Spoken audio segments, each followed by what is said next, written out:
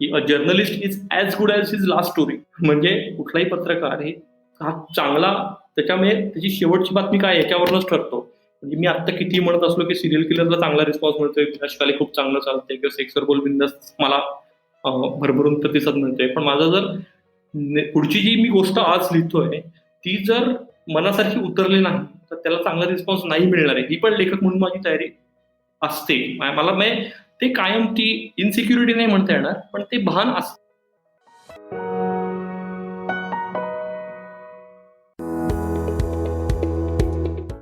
Inspiration कट्टाचा हा 18वा episode आहे निरंजन मेढेकर याच्यासोबत.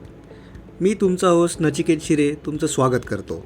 इन्स्पिरेशन कट्टा हा असा एक मराठी पॉडकास्ट आहे जिथे दरवेळेस आपण वेगवेगळ्या प्रेरणादायी आणि यशस्वी लोकांची गप्पा मारणार आहोत. त्यांच्या अनुभवातून आपल्याला नक्कीच नवीन काहीतरी शिकता येईल अशी आशा आहे. आजचा आपला पाहुणा आहे निरंजन मेढेकर. निरंजन यांनी आपल्या करिअरची सुरुवात पत्रकारितेपासून केली. सकाळ, महाराष्ट्र टाइम्स आणि मग मिड डे अशा विविध वर्तमानपत्रांमध्ये काम करून पुढे तो मीडिया इंडस्ट्रीकडे वळला. आता तो एक छान कादंबरीकार बनलेला आहे. त्याची सिरियल किलर नावाची ऑडिओ सिरीज ही स्टोरी टेलवर खूपच पॉप्युलर आहे. याच्या व्यतिरिक्त विनाश काले ही पण त्याची सिरीज स्टोरी टेलवर उपलब्ध आहे. याच व्यतिरिक्त सेक्स फॉर बोल बिंदास हा त्याचा पॉडकास्ट पण खूप फेमस झालेला आहे. अनेक शॉर्ट स्टोरीज पण त्यांनी लिहिलेल्या आहे. कॉलेजमध्ये येईपर्यंत आपल्याला लिखाणाची आवड आहे हे निरंजनला माहिती पण नव्हतं आणि म्हणूनच इन्स्पिरेशन कट्ट्यावरती केलेल्या या गप्पा खूप महत्त्वपूर्ण आहे. कारण वयाचं आणि प्रोफेशनचं कुठलंही बंधन नसताना कोणीही कधी लिखाण चालू करू शकतं. आणि OTT, ऑडिओ बुक्स आणि किंडलसारखे प्लॅटफॉर्म्स आज अवेलेबल असल्यामुळे मराठीपासून इतर सगळ्या भाषांमध्ये लिखाण हे फुल टाईम प्रोफेशन होऊ शकतं असं निरंजनचं म्हणणं आहे. चला तर गप्पा मारूया निरंजन मेढेकर याच्याशी.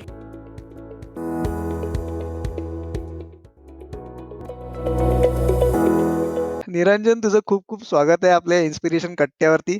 Yes, thank you so much Nachiket. Niranjan, तू आता लेखक आहेस पण त्याच्या आधी पत्रकार होतास. तर ते हो. पत्रकारितेकडे वळण्याचं काय कारण होतं? म्हणजे लहानपणापासून विचार केला होता की त्या फील्डमध्ये जाणार आहेस की काय? कसा केलास? अगदी खरं खरं सांगायचं, प्रामाणिकपणे सांगायचं तर असा कोणताच विचार नव्हता. रादर मी ग्रॅज्युएशन होईपर्यंत मी का शिकतोय हेच मला माहित नव्हतं. सो हे भारतवर्षातल्या लक्षावधी मुलांच्या बाबतीत जे सत्य असतं ते माझ्या बाबतीतही होतंच.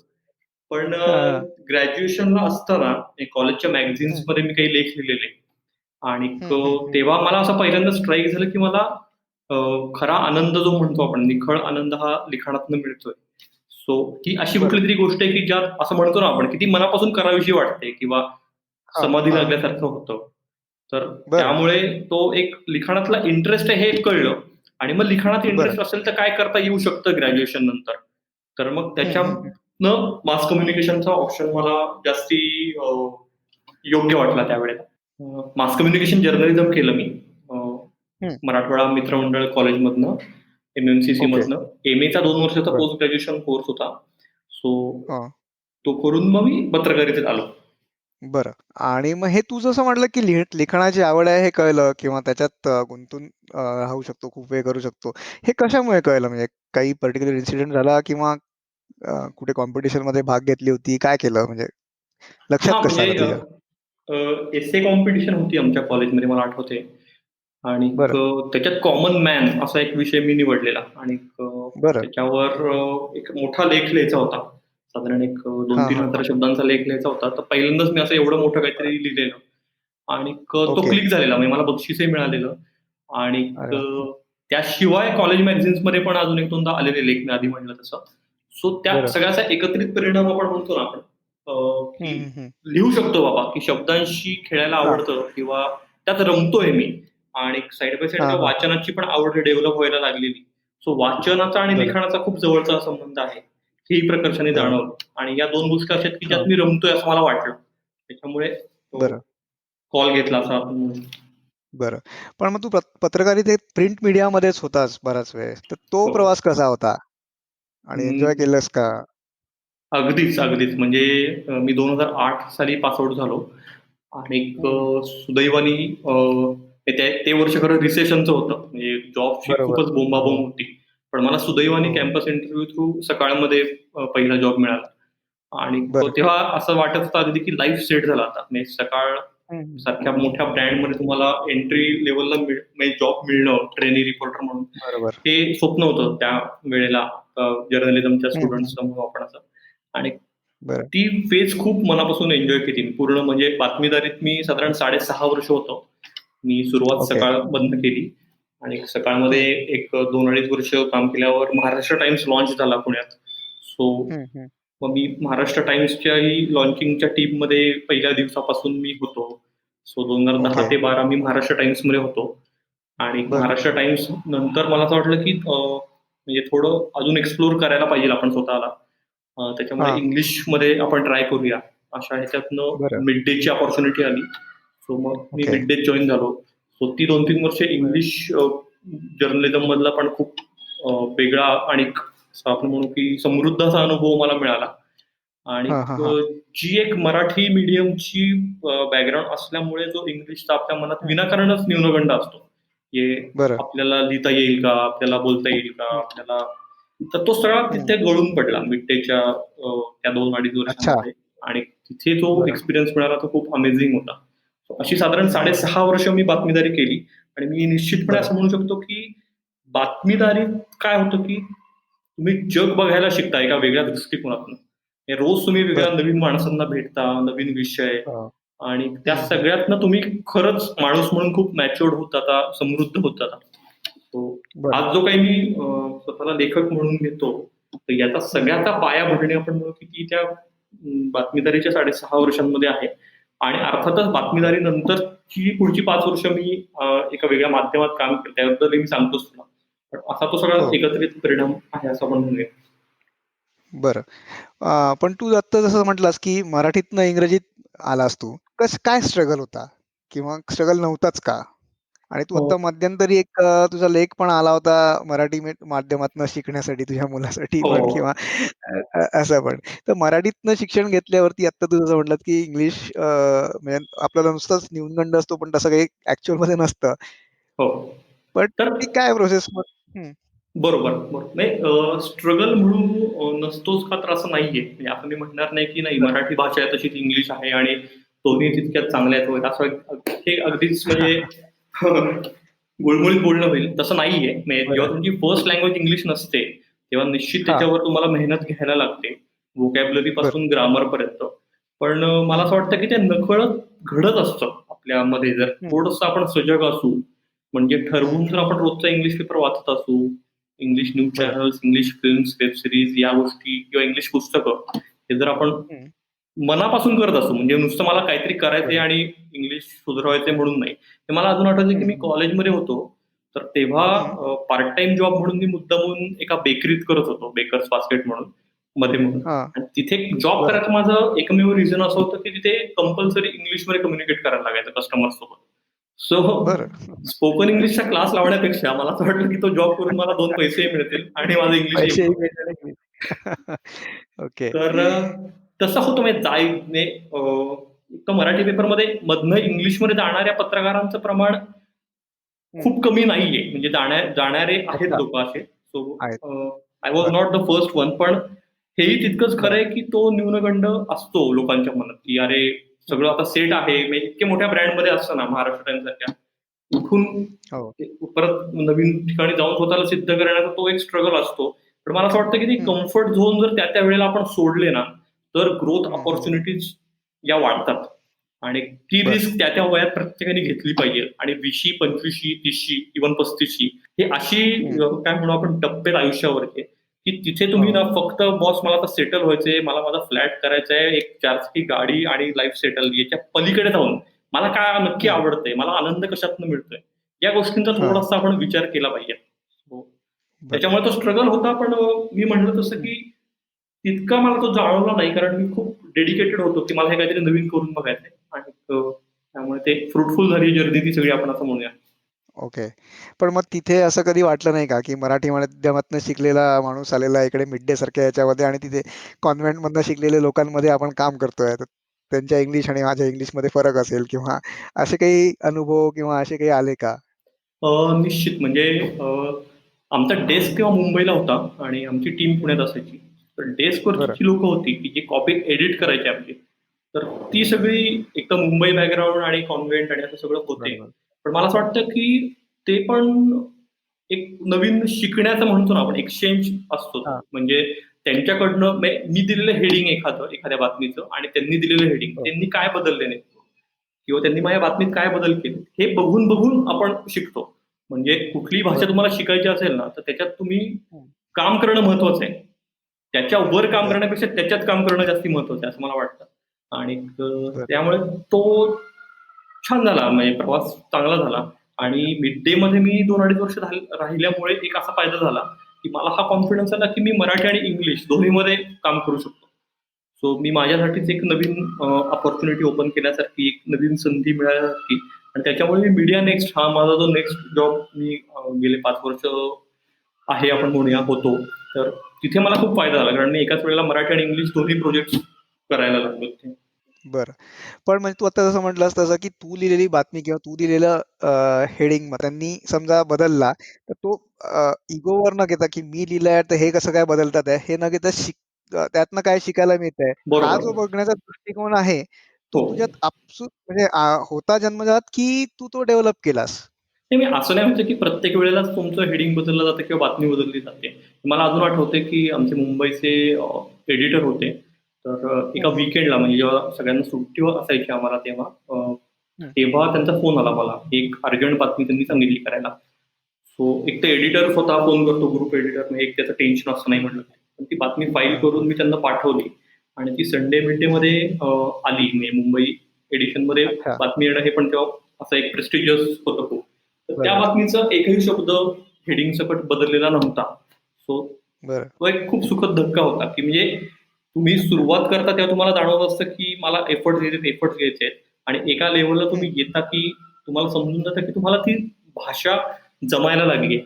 म्हणजे तुम्ही बरं. व्यक्त होऊ शकताय त्या भाषेत. हे रिअलायझेशन मला वाटतं, की हां. खूप महत्वाचं असतं कुठलीही मग ती मराठी असो नाहीतर इंग्लिश असो. दुर्दैवाने मी हो. आता या 2 भाषांमध्येच कम्फर्टेबल आहे. तितकं म्हणजे हिंदीतही नाहीये. बरं. खरं अजून संधी मिळाली तर शिकायला नक्कीच आवडेल मला. मग त्याच्यानंतर तू काय मीडिया नेक्स्ट म्हणजे मग हा काय प्लॅटफॉर्म होता? हां. मीडिया नेक्स्टमध्ये मी अगदी योगायोगाने आलो असं पण म्हणू. कारण हं. काही कारणांमुळे आपण म्हणू की मी रिपोर्टिंगमधनं बाहेर पडलो. म्हणजे मिड डे तेव्हा बरं. पुणे एडिशन क्लोज करत होते. म्हणजे 2014 मध्ये असा टप्पा आलेला की अनेक इंग्लिश पेपर्सनी डी असेल, मिड डे असेल त्यांनी आपल्या डी-एन-एचं पूर्ण त्यांचं हेच ऑपरेशन्स बऱ्याच एडिशन्स थांबवले. तशा मिड डेनी पुणे एडिशन बंद करायचा निर्णय घेतला. आणि तोपर्यंत बरं. मलाही एक थोडंसं असं पठारावस्था आल्यासारखी झालेली. 6.5 वर्ष मी बातमीदारीत घालवलेली. त्याच्यानंतरही हां. 1-2 अपॉर्च्युनिटीज होत्या रिपोर्टिंगमध्ये. पण मलाही असा कुठेतरी बरं. तोच-तोचपणा येतोय असं वाटायला लागलं. आणि मीनवाईल बरं. मीडिया नेक्स्ट म्हणून कंपनी आहे सदाशिव पेठेत पुण्यात. आणि बरं. ती तिथे जे डिरेक्टर्स आहेत सगळे ते आधी सकाळमध्ये होते सगळे असे आहेत ती टीम. सो ते पण सगळे अच्छा. जर्नलिस्ट आहेत. सो त्यांनी बरं. हे व्हेंचर 2009 मध्ये सुरू केलेलं. सो मी त्यांना तिथं जाऊन अप्रोच झालो आणि मला अगदी म्हणजे मिड डे मधनं बाहेर पडून पुढच्या 8 दिवसात मला मीडिया नेक्स्टमध्ये जॉइन झालो. असं झालं थोडं ते. बरं. Media okay. नेक्स्टमध्ये मेनका प्रकाशन म्हणून जे मराठी पब्लिकेशन हाऊस आहे ते हो. पण आमचंच आहे. सो अशा बरं. या 2 व्हेंचर्समुळे असा फायदा झाला की मीडिया नेक्स्टच्या अंडर काही 2-3 नवीन इंग्लिश मॅगझिन्स आम्ही सुरू केली. की बरं. एक आय-पी-आर म्हणून होतं इंडस्ट्रियल प्रॉडक्ट रिव्ह्यू किंवा मॉडर्न वुडवर्क नावाचं एक वुडवर्किंग रिलेटेड मॅगझिन होतं. हो. तर ती 2 इंग्लिश मॅगझिन्स आणि माहेर मेनका जत्रा ही मराठी मॅगझिन. आणि याशिवाय काही बाहेरचे क्लायंट्स होते. सो व्हरायटी ऑफ कंटेंटशी डील करायला मला मिळालं. म्हणजे बरं. रिपोर्टिंगमधनं मीडिया नेक्स्टमध्ये जाण्याचा मला सगळ्यात मोठा झालेला फायदा असा आहे, की ते मेंटल ब्लॉक्स असतात आपल्याला, की बाबा मी फक्त हां. बातमी लिहू शकतो किंवा मी फक्त लेख लिहू शकतो. या पलीकडे मी काहीच करू शकत नाही. तर ते मेंटल हां. ब्लॉक्स कुठेतरी गळून पडाले आपण असं म्हणूया. आणि बरं. मी जास्तीत जास्त एक्सप्लोर करता आलं मला त्यामुळे. ओके. पण मग त्याच्यानंतर पॉडकास्टिंगचा विचार कसा आला मनात? ती परत एक वेगळी काय म्हणू गंमत आहे म्हणू आपण. म्हणजे मला तेच हां. वाटतं, की कॅल्क्युलेटेड डिसिजन्स खूप कमी घेतलेत मी आयुष्यात आणि अच्छा. इन्स्टिंक्टवर जास्ती जगत आलोय मी. आणि बरं. ती अपॉर्च्युनिटी पण अशीच आली. म्हणजे स्टोरीटेलनी हां. आय गेस 2016 मध्ये त्यांचं इंडियामध्ये ऑपरेशन सुरू केली आणि बरं. साधारण त्याच दरम्यान माझी वाईफ मोहिनी हं. आहे. तर हं, हं. मोहिनीला अशा ऑफर आली त्यांच्याकडनं, की आम्ही मराठीत नवीन ऑडिओ बुक्स आणि ऑडिओ सीरीज आणणार आहोत आणि ती तेव्हा आकाशवाणीत 5 वर्षाचा तिला एक्सपिरियन्स होता. सो ऑडिओचा एक्सपिरियन्स होता. ओके. सो तुम्ही एडिटर बरं. म्हणून काम कराल का प्रोजेक्ट्सवर, म्हणजे त्यांचं एडिटिंग करणं हे सगळं. बरं. सो तिला ती संधी चांगली वाटली. तेव्हा स्टोरीटेल हां. हे नाव तर तसं माहित नव्हतं, पण असं वाटलं की अरे बरं. युरोपची कंपनी आहे आणि काहीतरी नवीन ते हां. एक्सपेरिमेंट करतायत. सो त्यामुळे ती खूप एन्थू होती आणि ती जॉईन झाली तिथे. आणि ती ते एक साधारण वर्षभर, म्हणजे पहिल्या ज्या सिरीज आहेत सगळ्या स्टोरीटेलच्या, हे पेटलेलं बरं. मोरपीस, सोंग, इप्सिता या ओके. सगळ्याचं एडिटिंग हो. मोहिनीने हो. केलेलं आहे. साधारण ती अजूनही आहेत ते बरं. स्टोरीटेल सोबत. ओके. सो तसं ती वर्षभर काम करत होती. मी मीडिया नेक्स्टमध्ये होतो आणि मी तिचं काम बघत होतो आणि आमचं शेअरिंग व्हायचं की बरं. ते हां. नवीन लेखक पण बघतायत आणि असं खूप चांगलं वाटतंय. एक ऑडिओसाठी लिहिणं हा प्रकार तसा तेव्हा नवीन होता आणि वेगळा होता. सो त्याच्यात अशी एक त्यांच्याकडनं काय म्हणू आपण प्रपोजल आलं की आम्हाला नवीन पॉडकास्ट प्रोड्यूस करायचे. तर बरं. मोहिनीला आणि मी पण मीडियामध्ये असल्यामुळे मला, म्हणजे आम्ही दोघं ॲज अ टीम म्हणून आमच्याकडे आले ते. आणि मग आम्ही एक ओके. प्रपोजल त्यांना सबमिट केलं त्यांच्याकडनं आल्यावर की आमच्या मनात असे एक 5-6 बरं. विषय आहेत. सो यातले आपण बरं. करू शकतो.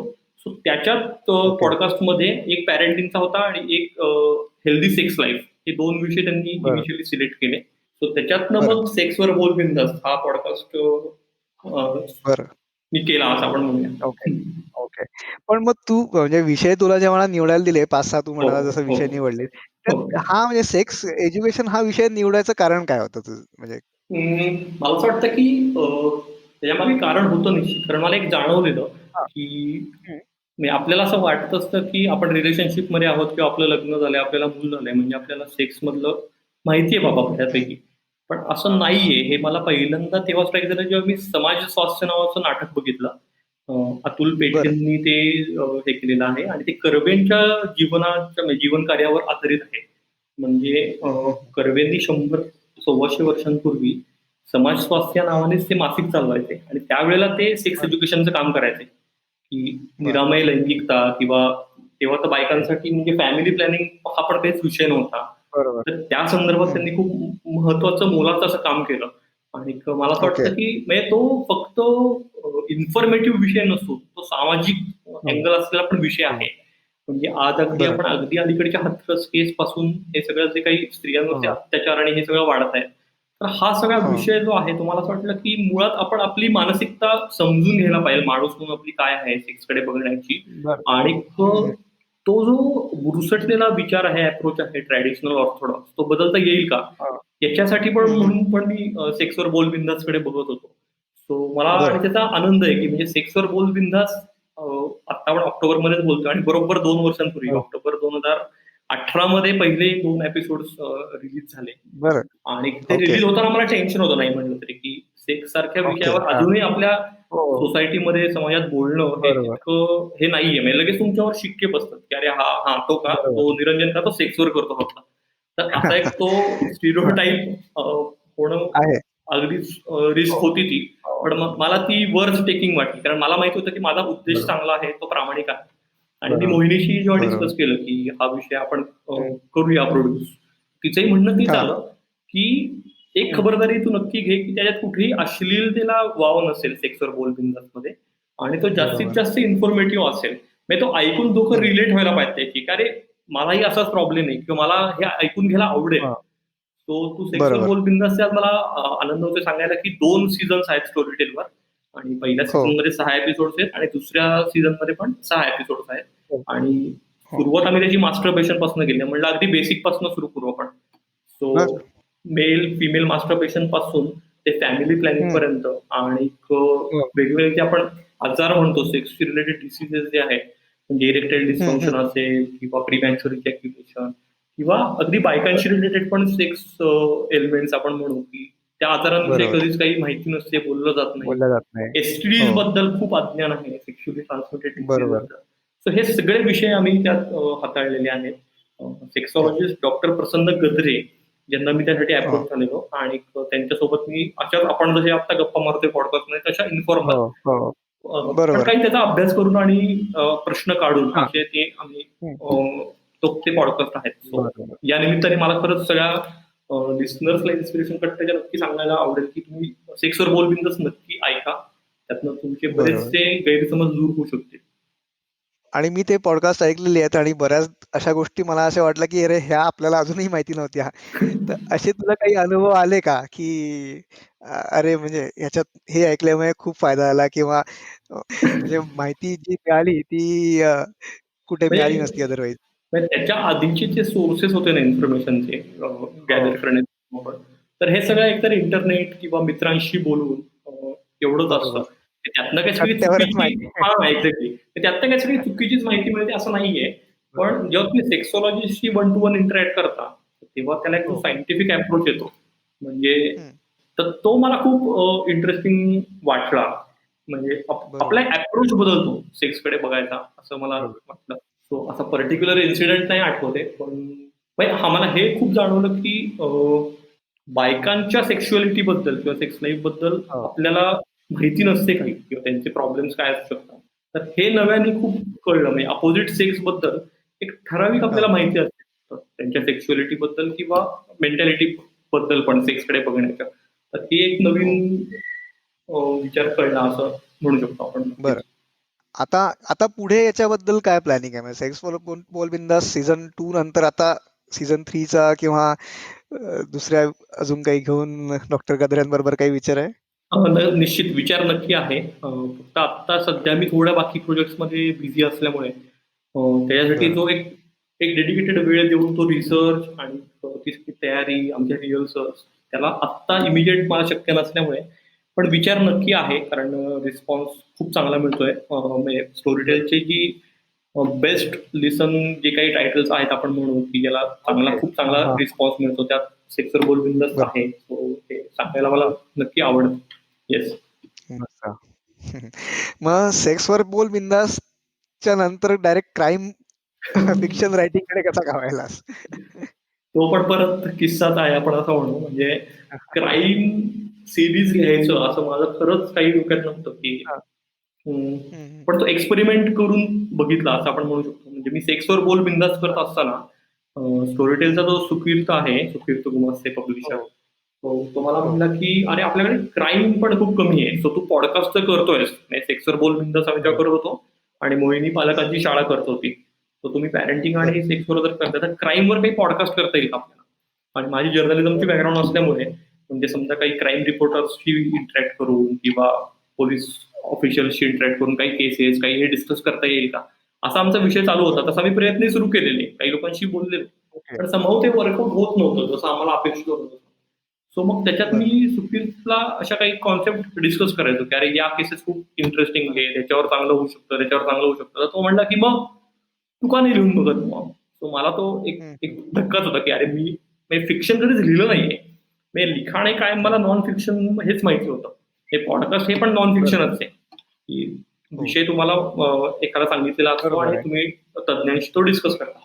सो त्याच्यातनं मग सीरियल किलरची कॉन्सेप्ट मी त्याला शेअर केली आणि मग त्याचा पायलट बरं. एपिसोड लिहिला. म्हणजे पहिला एपिसोड लिहिला.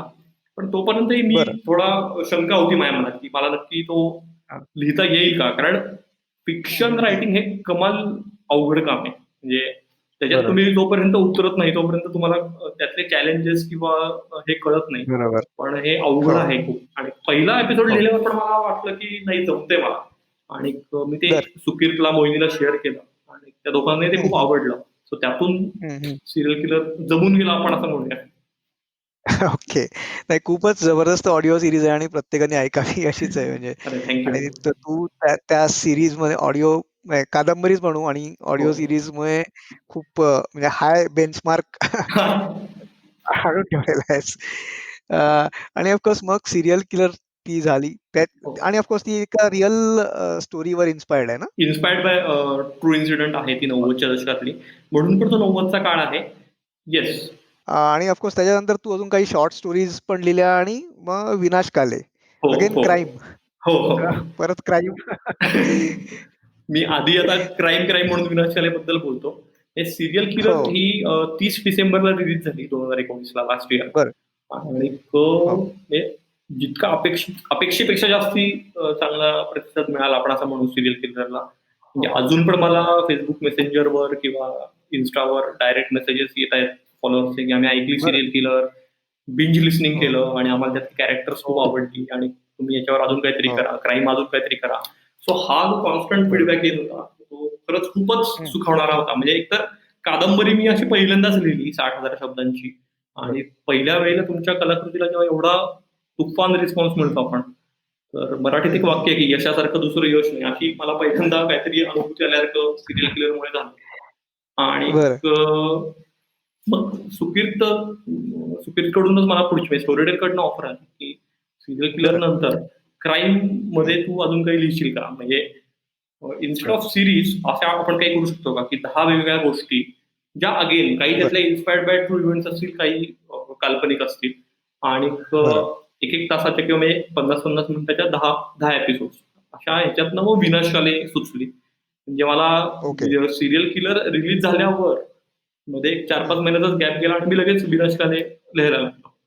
आणि ओके. मला लिहिताना माझ्या कायम ते डोक्यात असतं क्राईम लिहिताना की ते रिअलिस्टिक वाटलं पाहिजे, वास्तवदर्शी वाटलं पाहिजे ते. म्हणजे बरोबर. तरच तुमचा लिस्नर त्याला रिलेट होणार आहे, की एखादी हो. गोष्ट तू जर ऐकतोयस नचिकेत आणि जर तुला असं वाटलं, "हॅट असं होऊ शकत नाही." तर तू तिथेच ड्रॉप हं. होतोस. तू सोडून देतोस ती स्टोरी. कारण बरोबर. त्यामुळे बरोबर. क्राईम आहे त्या बाबतीत चॅलेंजिंग आहे निश्चित, की त्या ज्या हो. आणि क्राईम म्हणजे फक्त गुन्हा नसतो. तर त्या गुन्ह्यामागचं तो विचार असतो त्या क्रिमिनलचा, म्हणजे तो क्रिमिनल माइंडसेट असतो आणि हो. दुसरीकडे खूप इमोशन्स त्यात इन्व्हॉल्व असतात. कुठलाही गुन्हा घडतो तेव्हा. हं. तर त्या सगळ्या हं. इमोशन्सला तुम्ही रायटर म्हणून टच करू शकता का? आणि त्या जर तुम्ही हं. करू शकलात, तुमच्या हं. कॅरेक्टर्समध्ये घुसून म्हणू आपण, तरच तुमचा लिस्नर तो करणार आहे. सो त्या बरोबर. ह्यानी विनाशकालीला पण आता चांगला रिस्पॉन्स मिळतोय. ती 2 महिन्यांपूर्वी रिलीज झाली ऑगस्टमध्ये आणि बरोबर. विनाशकालीलाही उत्तम प्रतिसाद मिळतोय. So yes. बरोबर. मस्त. निरंजन तू हे सगळं लिहितोस, कादंबरी लिहितोस, फिक्शन रायटिंग चालू आहे. हो. स्टोरी टेलिंग किंवा फिक्शनल रायटिंगला एक वेगळंच महत्त्व आहे. म्हणजे अगदी युव्हल नोआ हरारीच्या पुस्तकात सॅपियन्समध्ये त्यांनी एक प्राणी आणि माणसांमध्ये काय फरक होता, याच्यात सांगायचं झालं तर माणूस हा इमॅजिन करू शकला किंवा इमॅजिनरी गोष्टी फिक्शनल गोष्टी तो एकमेकांशी बोलू शकला आणि म्हणूनच इव्होल्युशन झालं माणसाचं, असं पण त्याचं म्हणणं आहे, की खरंय. हो. अगदी मधमाशा किंवा मुंग्या माणसापेक्षा जास्त शिस्तबद्ध पद्धतीने समाजात राहतात. पण तरी त्या इव्हॉल्व नाही होऊ शकल्या, माणूस होऊ शकला. कारण प्राणी फक्त म्हणजे अन्न, भीती, पाणी इतक्याच गोष्टींबद्दल एकमेकाशी कम्युनिकेट करू शकतात. पण माणसाने गोष्टी इमॅजिन केल्या. अगदी देव असो, धर्म असो, पैसा असो, ह्युमन राईट्स या सगळ्या गोष्टी इमॅजिन करून माणूस एकमेकाशी कनेक्ट होऊ शकला आणि समाज बनवू शकला. हा एक सगळ्यात मोठा फरक आहे. तर स्टोरी टेलिंगचं हे इतकं जास्त महत्त्व आहे. हो. इव्हन आता पंतप्रधानांनी पण त्यांच्या ह्याच्यात मन की बातमध्ये स्टोरी टेलिंगचं आपलं जे आपल्या ह्याच्यात होतं कल्चर, बरोबर. ते पण परत डेव्हलप करायला पाहिजे वगैरे अशा गोष्टी त्यांनी सांगितलेल्या हो, आहेत. हो. तर रायटिंग आणि स्टोरी टेलिंग ही डेव्हलप करण्यासाठी जसं तू मगाशी म्हटलास, की तुझं शिक्षणाची आणि म्हणजे अगदी ग्रॅज्युएशन पर्यंत तू काही लिहिलं नव्हतंस किंवा अनभिज्ञ होतो. त्या बरोबर. हो, याच्यात हो, नव्हता. हो, पण तू ते डेव्हलप करू शकलास. हो, आणि आता हे तर फिक्शन रायटिंग करतोयस म्हणजे ते तर अजून कठीण. हो. तर ही रायटिंगची प्रोसेस काय असते? म्हणजे कोणी पण शिकू शकतं कुठल्याही स्टेजला की अ, जन्मजात काहीतरी हवं? नाही, जन्मजात काहीतरी हवं यावर माझा विश्वास नाही. म्हणजे कुठलीही गोष्ट जर तुम्ही बरं. मनापासून प्रयत्न केले, तर निश्चित हं. ती तुम्ही शिकू शकता आणि अगदी वयाच्या कोणत्याही बरं. टप्प्यावर शिकू शकता. रायटिंगच्या बाबतीत मी असं म्हणेन, की संगीतात जसा आपल्याला रियाज आवश्यक असतो. म्हणजे चांगला गायक बरोबर. तो असतो, की जो रियाज करून त्यांनी ती कमावलेली असते. म्हणजे हो. स्किल किंवा ते इंटेलेक्ट असणं महत्त्वाचं आहे त्या कलेचं. पण त्याला जोड तुम्ही तपश्चर्येची देणं खूप गरजेचं असतं. त्याशिवाय ती कला आत्मसात बरोबर. होऊ शकत नाही तुम्हाला. तर तसं संगीताचा जसा रियाज म्हणतो आपण, नाटकाच्या बाबतीत म्हणू तर तालमी असतात. म्हणजे कितीही कसलेला हो. अभिनेता असला, नट असला, तरी तो असं नाही म्हणत, की "हां, चल मला स्क्रिप्ट माहिती आहे, मी काही तालमीला येत नाही, मी येतो डायरेक्ट प्रयोगच करतो." हो. बरोबर. तर सेम गोष्ट ही लिखाणालाही लागू होते, की लिखाण हं. तुम्हाला करायची खूप इच्छा आहे, तुम्हाला खूप चांगल्या-चांगल्या गोष्टी सुचतात. जोपर्यंत तुम्ही ते हो. लिहून बघत नाही, म्हणजे हं. शाळेत असताना मला कायम आठवतंय, की मला अभ्यास म्हणजे पुस्तकं वाचून मला वाचायला आवडायचं खूप. पण लिखाणाचा कंटाळा होता. बरं. तर लिखाण मी डायरेक्ट हो. पेपरमध्ये करायचो आणि मग मार्कही तसेच मिळायचे. कारण थिअरीत आपण खूप चांगले असतो, पण प्रॅक्टिकल जेव्हा येतं करायची वेळ, तेव्हा बरोबर. थोडंसं अवघड होऊन जातं. तर लिखाणातही सेम आहे, की तुम्ही जर थोडी तुम्ही प्रॅक्टिस जर ठेवलीत, म्हणजे आता माझ्या बाबतीत मी सुदैवाने पत्रकारितेत असल्यामुळे किंवा मीडियात असल्यामुळे बरोबर. तो मला फायदा झाला, की रोज मला 1000 शब्द लिहायची गेली 10-12 वर्ष सवय आहे. मग ती बातमीच्या निमित्ताने असो, लेखाच्या निमित्ताने असो, एखादी मुलाखत असो किंवा आता गोष्टींच्या निमित्ताने असो. सो जेव्हा तुम्ही रोज इतक्या क्वांटिटीत लिहिता, तर तेव्हा तुमचा हात कायम लिहिता राहतो. म्हणजे बऱ्याचदा काय होतं, म्हणजे तुम्हाला सुचलेले विचार तुमच्या शब्दात लिहिणं, मांडणं हे खरं तर हो. आव्हानात्मक आहे. म्हणजे ते वाटतं तितकं सोपं नाहीये आपल्याला. पण बरोबर. तेच आहे, की तुमची जर ती प्रॅक्टिस असेल, तर तुम्ही लिहिते राहता. म्हणजे कुठली नवीन गोष्ट लिहिली ना, म्हणजे सुचली ना, की ते लिहायची कशी याचं तुम्हाला म्हणजे लिखाणाचं बर्डन राहत नाही. कारण तुम्ही लिहिते असता ऑलरेडी. बरोबर. सो हां. ती प्रॅक्टिस महत्वाची आहे आणि त्यातनं मला असं वाटतं, की सुचणं हा जो भाग आहे, हा कम्प्लिटली परत वेगळा येतो.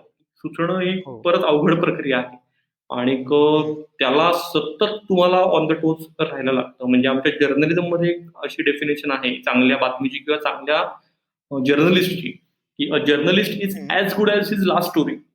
म्हणजे कुठलाही बरोबर. पत्रकार हा चांगला हां. त्याच्यामुळे त्याची शेवटची बातमी काय आहे याच्यावरूनच ठरतो.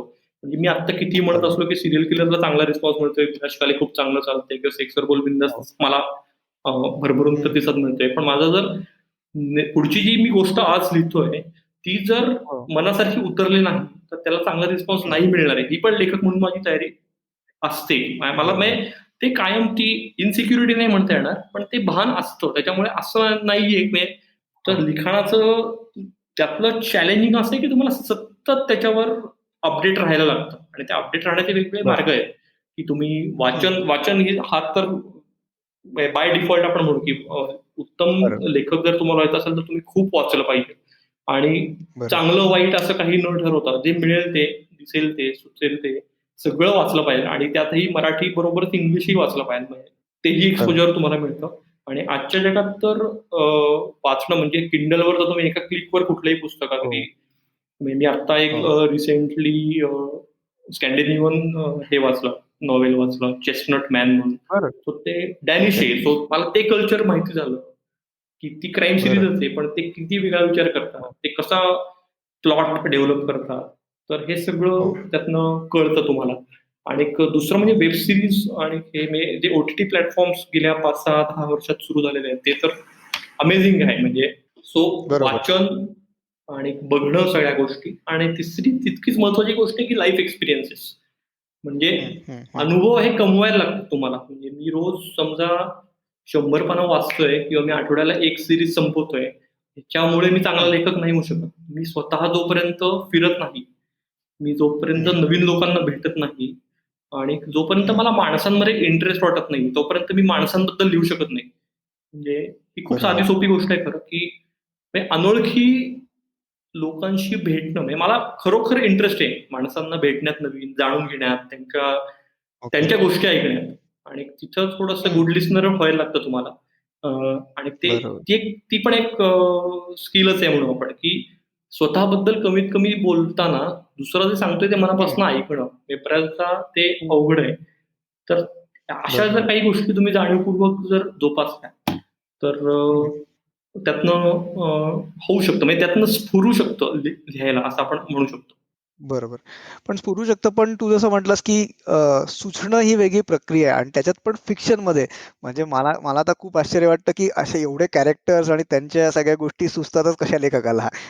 अगदी सीरियल किलरमध्येच बघितलं तर कितीतरी कॅरेक्टर्स आहेत. म्हणजे प्रत्येकाची भाषा वेगळी, म्हणजे भाषा म्हणजे बरोबर. लहेजा वेगळा, ह्या सगळ्या गोष्टी वेगळ्या. हो. अगदी निलेश सुर्वेपासून तर पी.आय. मोहिते आणि हे सगळ्या गोष्टी. तर हे हो. कॅरेक्टर सुचणं आणि ह्या सगळ्या गोष्टी कशा होतात? म्हणजे लेखकाला येतात कशा त्या? अ, मी तुला म्हणलो तसं, की हां, जर्नलिझमच्या बॅकग्राऊंडचा खूप उपयोग झाला. कारण नवीन लोकं भेटणं हां. यासाठी वेगळे एफर्ट्स तितके घ्यायला लागत नाहीत. जेव्हा तुम्ही फील्डमध्ये असता आणि ग्राउंड रिपोर्टिंग करत असता आणि मला दुसरं तितकंच महत्त्वाचं वाटतं, की माझे मित्र मला सुदैवाने खूप चांगले मिळाले आयुष्याच्या प्रत्येक टप्प्यावर. बरं. म्हणजे अगदी शाळा, कॉलेजपासनं म्हणू आपण आणि जे आत्तापर्यंत माझ्यासोबत आहेत आणि ते सगळ्या ओके. सामाजिक आर्थिक स्तरातले आहेत. हे अजून एक चांगलं त्यातलं हे आहे, की त्याच्यामुळे ना त्यांच्या लाईफ एक्सपिरियन्सेस मधनं पण आपण इनडायरेक्टली ते ॲब्सॉर्ब करत असतो. बरं. तर असं ते मी म्हणेन. आणि दुसरं असं आहे की फिक्शन हे पूर्ण फिक्शन नसतं. म्हणजे ते तुम्ही नॉट नेसेसरी त्यातलं प्रत्येक कॅरेक्टर म्हणजे सिरियल किलरचं म्हणून त्याच्यातलं प्रत्येक कॅरेक्टर काय मी कुठे बघितलेलं नाही. मी काय शांताबाईला कुठे भेटलेलं नाही किंवा फॉर दॅट मॅटर बरोबर. तसे पी.आय. मोहिते असतील किंवा अजून बाकी कॅरेक्टर आहेत. हो. पण हे जर अनुभव विश्व तुमचं समृद्ध असेल, म्हणजे तुम्ही जर भरभरून जगत असाल आयुष्य, तर त्या अनुभवांच्या जोरावर तुम्हाला ती कॅरेक्टर्स काय म्हणू दिसायला लागतात हळू-हळू. आणि बऱ्याचदा काय होतं, की मी आत्ता असा विचार करतोय आणि मी असा 10 दिवस विचार करत बसलो किंवा 1 वर्ष विचार करत बसलो, तरी मला ती सीरीज तशी सुचणार नाही जशी मी लिहिली आहे तशी. पण मी जेव्हा लिहायला लागतो ना, त्या लिहिण्यातनं अजून-अजून गोष्टी सुचत जातात, की एखादा सीन लिहिला, की सीन लिहिताना हां. जाणवतं, की अरे इथं हे घेऊ शकतो आपण. अरे इथं तो एक नवीन अँगल ॲड करू शकतो किंवा अरे हे कॅरेक्टर आपल्याला बरोबर. अजून थोडंसं डीपमध्ये दाखवायचं आहे, तर त्याच्या कॅरेक्टर ट्रेट्स आपण अशा दाखवू शकतो. तर अशा ह्याच्यातनं हो. ते सुचतं म्हणजे लिहिताना सुचतं असंही आहे. हां. म्हणजे हां, हां. सुचणं ही प्रक्रिया ही कुठेतरी लिखाणाशी पण जोडलेली आहे, की कीबोर्डवर जेव्हा तुम्ही बरोबर. भराभर टाइप करायला लागता, तेव्हाही तुम्हाला सुचतं. आणि हं, हं. म्हणजे ते दरवेळेला रायटिंग हे फक्त क्राफ्टिंग हेच स्किल असतं असं नाही, तर ते बरोबर. इंट्युशन किंवा आपण म्हणू ते सुचवण्याची जी क्रिया आहे ना, ती कमाल असते. पण जसं एक लेख लिहिणं गोष्ट वेगळी आहे आणि हो, एवढी मोठी कादंबरी लिहिणं गोष्ट वेगळी आहे. हो, तर ही प्रक्रिया कशी असते? म्हणजे तू आता जसं म्हटलास, की लिहायला लागलं की सुचायला लागतं. हो, म्हणजे हो, मग आता तर आणि हे एपिसोडिक फॉर्ममध्ये होतं. हो, हो, तर पहिला एपिसोड लिहायला घेतलं, हो. की असं होतं का, की मध्येच दुसरं काहीतरी सुचलं किंवा चौथा एपिसोड लिहिताना असं वाटतं का, अरे हे पहिल्या एपिसोडमध्ये यायला पाहिजे होतं. तर ही प्रक्रिया कशी असते? म्हणजे ड्राफ्ट कसा बनतो किंवा कुठल्या बरोबर. प्रकारे लेखन प्रक्रिया होते याची? बरोबर, बरोबर. मला वाटतं की तू म्हणलास तसं होतं असं, की पहिला एपिसोड लिहिल्यावर तुला चौथ्यात वाटू शकतं, की अरे हे जरा थोडं अजून इम्प्रोवाइज आपल्याला करता येईल पहिल्या एपिसोडमध्ये जे लिहिलंय ते. किंवा पहिल्या एपिसोडमध्ये असा काहीतरी धागा सोडला तर त्याचा उपयोग आपल्याला 7व्या-8व्या एपिसोडमध्ये करता येऊ शकतो. निश्चितच. सो बरं. त्याच्यासाठीच दरवेळेला इन्स्टिंक्टवर लिहिण्यापेक्षा एक प्लॅन करून लिहिणं. म्हणजे असं म्हणलं जातं, की प्लॅनिंगनी कुठलीही गोष्ट करणं हे खूप चांगलं हां. असतं. कारण प्लॅनिंग एक वेळ फसलं ना, तरी काहीतरी प्लॅन तरी असतो तुमच्याकडे. सो तसंच आहे ते. लिखाणाच्या बाबतीत मी तुला म्हणलं तसं, की पायलट एपिसोड लिहिल्यावर किंवा लिहितानाही हं. सीरियल किलर असो, पहिली माझी कादंबरी सीरीज किंवा आत्ता जे मी सध्या लिहित असेन समजा एखादा नवीन प्रोजेक्ट तर त्याच्याही. तर साधारण डोक्यात स्ट्रक्चर तयार असतं, की सुरुवात, हं. मध्य आणि शेवट. साधारण स्टोरी बरं. कशी जाईल तुझी. हे सुरुवात आणि शेवट लेखक म्हणून तुझ्या डोक्यात कन्फर्म पाहिजे, की बॉस मला इथनं गोष्टीची सुरुवात अशी असणार आहे आणि ती शेवट कुठेतरी इथं जाऊन थांबणार आहे.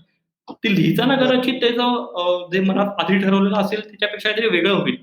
आणि स्टोरी टेलचं मला विशेष हेच वाटतं, की त्या लेखकांना त्या स्ट्रक्चरनी विचार करायला शिकवतात. म्हणजे स्ट्रक्चरनी म्हणण्यापेक्षा त्या बरं. माइंडसेटनी.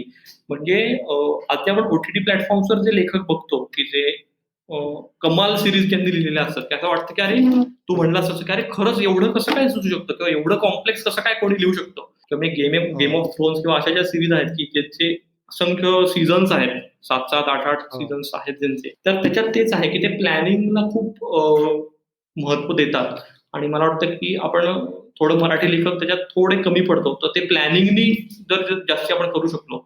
म्हणजे स्टोरी टेलमध्ये आता मी बघतोय तर त्या तुमच्याकडे पायलट एपिसोड लिहिताना किंवा लिहिल्यावर तुम्ही एपिसोड ब्रेकडाउन द्यायचं असतं. म्हणजे 10 एपिसोड्स बरं. आहेत तुमचे समजा सीरीजमध्ये. तर प्रत्येक एपिसोडमध्ये काय घडणार आहे साधारण?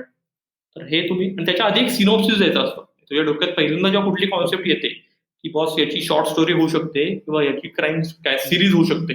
तर असं तुझ्या डोक्यात हं. असेल, तर ते तुला आधी एक पिच डॉक्युमेंट सारखं सबमिट करायला लागतं सिनॉप्सिस. सो ते वाचून बरं. त्यांना जर ते अपील झालं, अप्रूव्ह झालं, तर मग हे पुढची जी प्रोसेस आहे एपिसोड ब्रेकडाउन. सो एपिसोड ब्रेकडाउनमध्ये बरं. लेखक म्हणून तुम्ही अजून क्लिअर होता, की मला कुठलीही गोष्ट कशी न्यायची पुढे हे तुला आधी माहिती असलं, की तुझंही थोडं टेन्शन बर्डन कमी होतं आणि मग तुझं तू सगळा बरं. फोकस त्या लिखाणावर कॉन्सन्ट्रेट करू शकतो. बरोबर. तर असं ते थोडं मेथोडॉलॉजिकली जायला लागतं आणि ते जावं असं मला वाटतं. म्हणजे सीरियल किलर मी जे लिहिलं ते इन्स्टिंक्टवर होतं. म्हणजे मला सुचलं आणि तसं मी भराभर लिहीत गेलो. पण दरवेळेला तो बरोबर. फॉर्म्युला वर्कआउट होईलच असं नाही. सो त्याच्यामुळे बरोबर. त्याच्या जोडीला असं प्लॅनिंग असणं हे कधीही चांगलं. पण ह्या प्लॅनिंगनी करत असतानाही चुका होतात का? किंवा मध्ये असं होतं का, की सुचतच नाहीये काही आणि बंद पडलं डोकं किंवा असं फ्रस्ट्रेशन येतं का मध्येच कुठेतरी, की अरे काय कुठे चालली आहे गोष्ट? होतं असं म्हणजे it's a part of game आपण म्हणू की ते कोणालाच चुकण्यासारखं नाहीये. म्हणजे लेखक म्हणल्यावर हा, ते एक प्रकारचं बाळणपणच म्हणू आपण असं आहे की ते खरं. अस्तित्वातच नाहीये, ते तुम्हाला तुमच्यातनं निर्माण हा, करायचंय. सो आहे ते म्हणजे होतं असं म्हणजे रायटर्स ब्लॉक ज्याला आपण म्हणतो तसा हो, असतो का? असतो. आणि तो प्रत्येक लेखकाला किती तो बरं. मोठा असो किंवा माझ्यासारखा काय म्हणू बिगिनर असो, सगळ्यांना ते जाणवतं. म्हणजे ते कोणाला चुकलेलं नाहीये. सो मलाही असं बरं. होतं निश्चित किंवा एखादी गोष्ट परत लिहायलाही लागू शकते.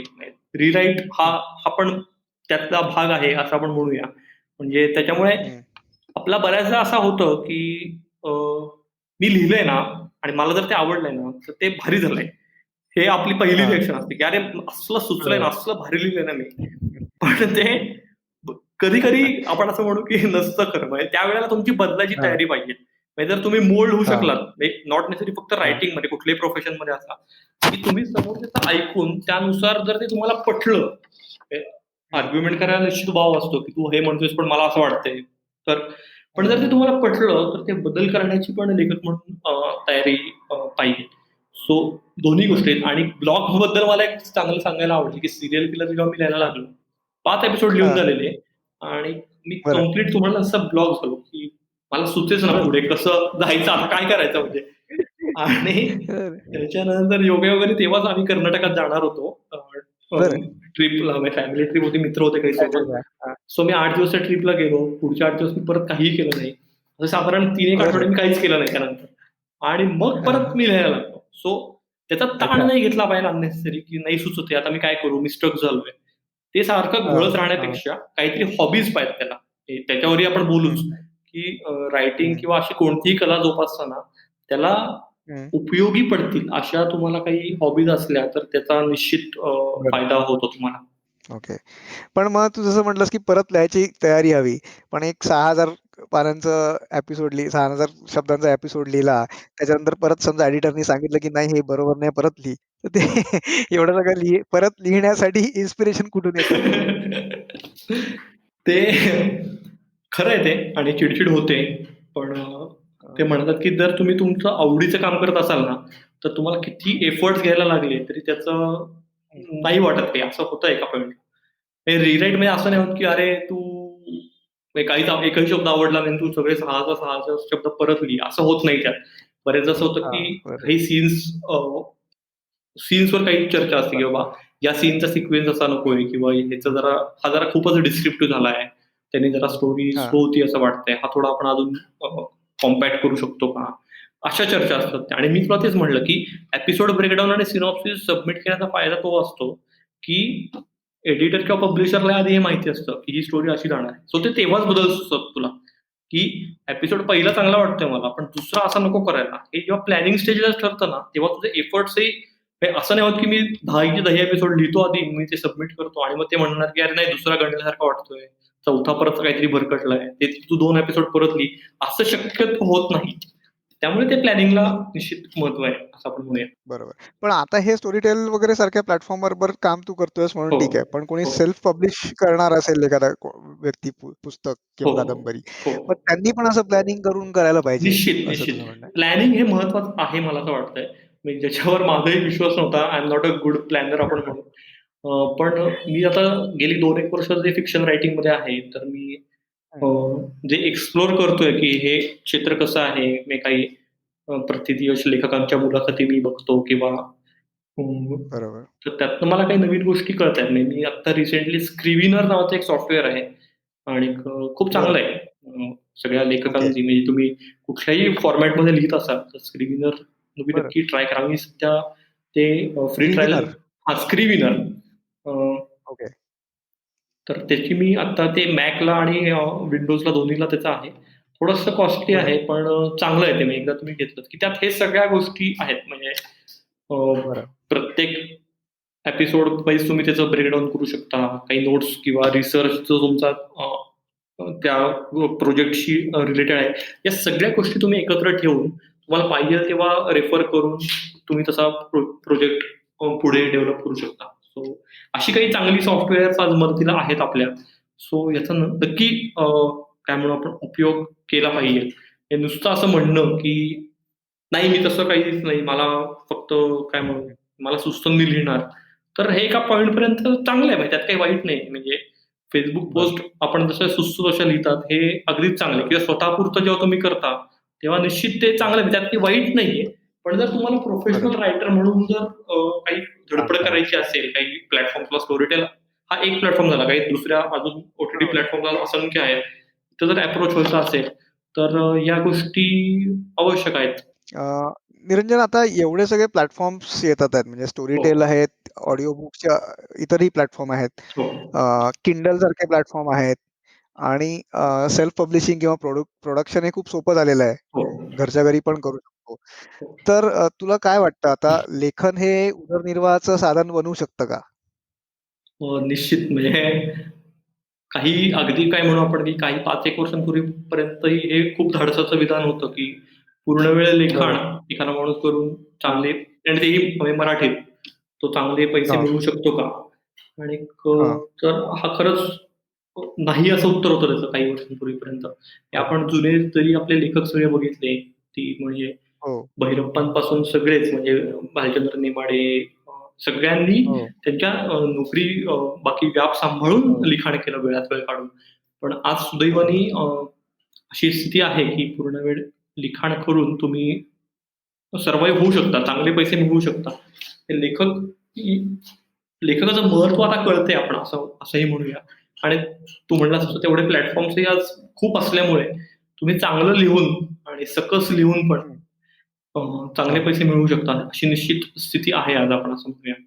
म्हणजे मला असं वाटतं की अरे वाह! अ, आत्तापर्यंत ऑप्शन्स खूपच मर्यादित होते लिखाणासाठी. म्हणजे हो. एकतर तुम्हाला अ, मुंबईत जाण्यापासून पर्याय पुस्तकच. नाही आणि एक फिल्म इंडस्ट्री आहे आणि सीरियलसाठी लिहिणं आहे आणि नाटकांचा आता आपण बघतो नाटकांसाठी हे असे काही ठराविक ऑप्शन्स होते.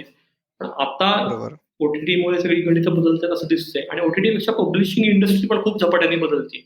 ओ-टी-टी हा एक बरोबर. ऑप्शन झाला. पब्लिशिंग इंडस्ट्री तू आज म्हणलास तसं इतके ऑप्शन्स आहेत आज तुझ्याकडे सेल्फ पब्लिशिंग सारखे, हो. की ज्यातनंही तू चांगलं नवीन प्रयोग करून किंवा YouTube चॅनल सारखे चांगले आज आपण म्हणू की हे आहेत, बरोबर.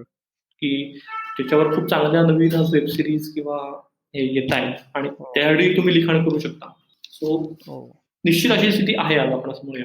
ओके. मस्त. मग तू अशा जे लोकं आहेत, जे विचार करतात आहे, की लेखन हे प्रोफेशन म्हणून घ्यायचं, हो. अशा लोकांना तू काय सल्ला देशील? मी म्हणेन की निश्चित विचार करा आणि हं, हं. काय म्हणू आपण की खूप अपॉर्च्युनिटीज आहेत, संधी खूप हं, आहेत. हं. फक्त नवीन-नवीन शिकण्याची तयारी पाहिजे तुम्हाला. सतत बदलांना सामोरं जायची तयारी पाहिजे. आणि हं, हं. मी माझ्या एक्सपिरियन्सवरून असं सांगेन की सुरुवातीला काही वर्ष तरी तुमच्या आवडत्या क्षेत्रामध्ये जॉब करून बघा आणि त्यातनं तुमचं लिखाण अजून चांगलं होईल असं आहे. कारण एक तो जो एक्सपिरियन्स म्हणतो ना आपण, की वर्क एक्सपिरियन्स हं. असला तुम्हाला काही, तर त्यातनं हां. म्हणजे पास आउट झाल्या-झाल्या पूर्ण वेळ लेखक होणंही चांगलंच आहे म्हणजे असं काही हे नाहीये. पण त्याच्या आधी काही जर तुम्हाला एक्सपिरियन्स असेल त्या रिलेटेड क्षेत्रात म्हणजे समजा हं. तुम्हाला तुमचं लेखन चांगलं आहे आणि तुम्ही कोणाला असिस्ट करताय किंवा कुठल्यातरी ॲड एजन्सीमध्ये काम करताय, कुठल्या मॅगझिनसाठी काम करताय, कुठल्या पेपरसाठी काम करताय. तर याचा नक्की एडव्हांटेज, बेनिफिट तुम्हाला मिळतो असं आपण म्हणूया. ओके. बरं. मग आपण आता आपल्या पुढच्या राउंडकडे वळूया. हो, एका हो. वाक्यात उत्तरं द्यायची आहेत. ओके. अ, एखादं आवडतं पुस्तक जे तू सगळ्यांना सजेस्ट करशील, की ते वाचलंच पाहिजे? असं एक पुस्तक खरंच अवघड आहे. एक पेक्षा जास्त सांगू शकतोस तू असं. आता रिसेंटली मी अल्बर्ट एलिस नावाचं एक पुस्तक वाचलंय. की बरं. अल्बर्ट एलिस नावाचे खूप मोठे अ, मानसशास्त्रज्ञ होते, सायकॉलॉजिस्ट होते आणि हं. अमेरिकन आहेत ते आणि त्यांच्यावर आत्मचरित्रात्मक कादंबरी आहे. अंजली जोशी यांनी लिहिली आहे ती. आणि मी आता बरं, लॉकडाऊनच्या पिरियडमध्येच वाचली. म्हणजे माझा ओमकार नावाचा एक मित्र आहे. त्याने मला खूप हायली रिकमेंड बरं. केलेली. सो आत्ताच्या लॉकडाऊनच्या ओके. आणि या सगळ्या काळात आपण सगळेच कुठेतरी एक डाऊन आहोत इमोशनली म्हणू आपण, बरोबर. की या सगळ्या ज्या हां. चॅलेंजेसमुळे. तर या ह्याच्यात हे नक्की वाचावं. म्हणजे एखाद्या माणसाच्या आयुष्यात किती संकट येऊ खरंच. शकतात आणि तो त्याच्यावर मात करून किती हं. यशस्वी किंवा मोठा होऊ शकतो. याची एक खूप सुंदर गोष्ट मी अल्बर्ट एलिस नावाच्या पुस्तकात आहे. सो ते नक्की वाचा. अ, बाकी मी भैरप्पांचा खूप मोठा फॅन आहे. एस-एल भैरप्पांचा. बरं. त्यांच्या मी सगळ्या कादंबऱ्या वाचलेल्या आहेत. आणि बरं. त्यांचा वंशवृक्ष नावाची माझी खूप आवडती कादंबरी आहे. पर्व खूप आवडतं मला, ते महाभारतावर आहे.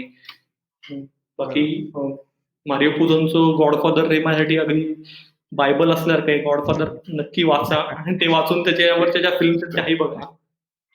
हो.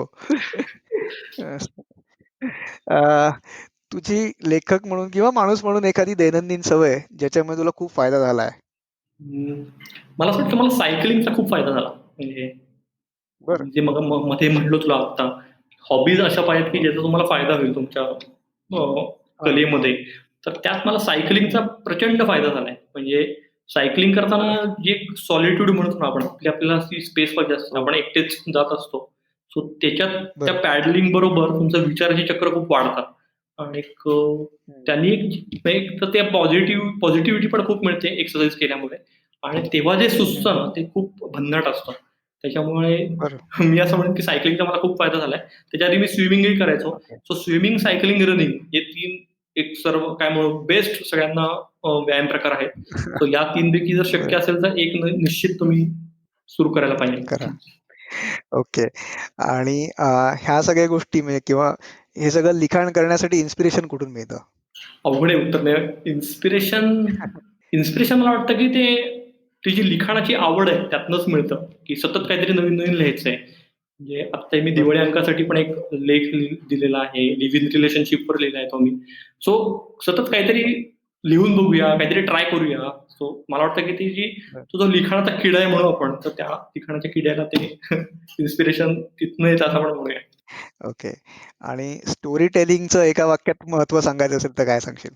स्टोरी टेलिंगचं महत्त्व म्हणजे तुम्ही लोकांना एका अद्भुत अशा काल्पनिक जगात घेऊन जाऊ शकता तुमच्यासोबत. तुमचं बोट धरून ते तुमच्यासोबत येतात आणि तुमच्या पात्रांशी ते त्यांना त्यांच्या जागी ठेवून ते रिलेट करतात. सो ही सगळ्यात इंटरेस्टिंग गोष्ट आहे, की जे अस्तित्वातच नाहीये, ते जग तुम्ही निर्माण करता आणि लोकं तुमच्यासोबत तुम्ही लेखक म्हणून त्यात इन्व्हॉल्व असता आणि तुमचे लेखक, तुमचे वाचक, लिस्नर हे तुमच्यासोबत त्यात इन्व्हॉल्व होतात. सो त्या प्रवासामुळे जी नाती तयार होतात, ती खूपच प्युअर असतात असं मला वाटतं. मस्त. आणि निरंजन एक शेवटचा हायपोथेटिकल प्रश्न विचारतोय, की उद्या संध्याकाळी समजा तुला 8 वाजता दूरदर्शनवर बोलवलं आणि भाइयो और बहनो आणि त्याच्यानंतर 130 करोड भारतीयांना काहीतरी तुला पॉझिटिव्ह मेसेज द्यायचा आहे. तू काय सांगशील?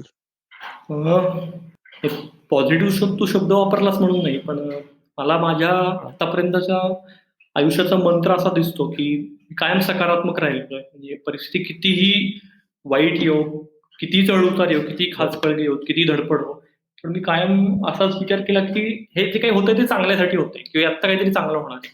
सो ती पॉझिटिव्हिटी, तो सकारात्मक आपण म्हणू आशावाद जो आहे जगण्यातला किंवा सगळ्याच गोष्टींमधला, तो कायम आपण तो ठेवूया आपण मनात जागता आणि त्यातूनच आपण पुढे जाणार आहोत. मला असं वाटतं. आणि दुसरं एक मला सांगायला आवडेल, की म्हणजे संधी आपल्या प्रत्येकाच्या आयुष्यात येत असतात वेगवेगळ्या वळणावर, टप्प्यांवर. तर त्या संधींना नाही म्हणायला नको. आणि प्रत्येक संधीमधनं यशच मिळेल असं नसतं. अपयश देणारे अनेक संधी असतात, अनेक अनुभव असतात.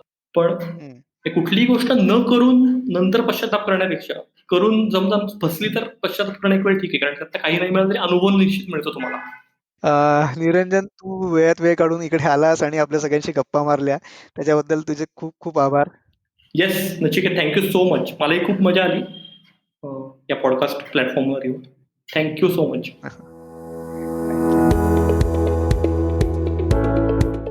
निरंजन मेडेकर बरोबरच्या या गप्पा तुम्हाला नक्कीच आवडल्या असतील अशी आशा आहे. तुम्हाला हा एपिसोड आवडला असेल तर आपला फेसबुक पेज आणि यूट्यूब चॅनल याला सबस्क्राईब करा.